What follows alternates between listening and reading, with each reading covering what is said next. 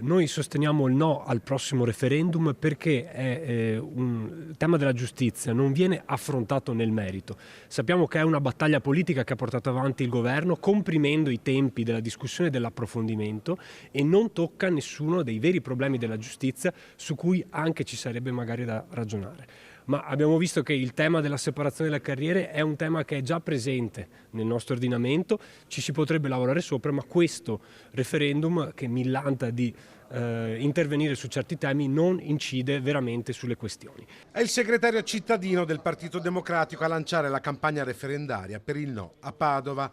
2 mesi fino ai prossimi 22 e 23 marzo, quando gli italiani saranno chiamati alle urne per dire se approvano o bocciano la riforma della giustizia proposta dal governo Meloni. Una riforma che non piace agli esponenti del Partito Democratico. Uno dei punti più critici è l'aspetto del sorteggio delle componenti del CSM e anche la costituzione di diversi organismi, quindi andando a dividere quella che è la struttura dei meccanismi di tutela del sistema della giustizia.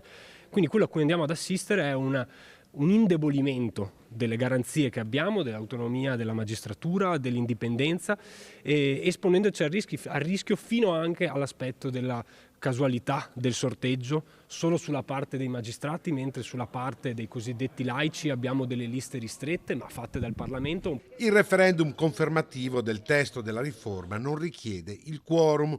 Per questo, dicono i Dem, è importante andare a votare. Questo referendum non ha quorum, quindi le persone devono andare a votare, perché altrimenti possiamo pensare che anche se solo uno va a votare, quella persona lì vince.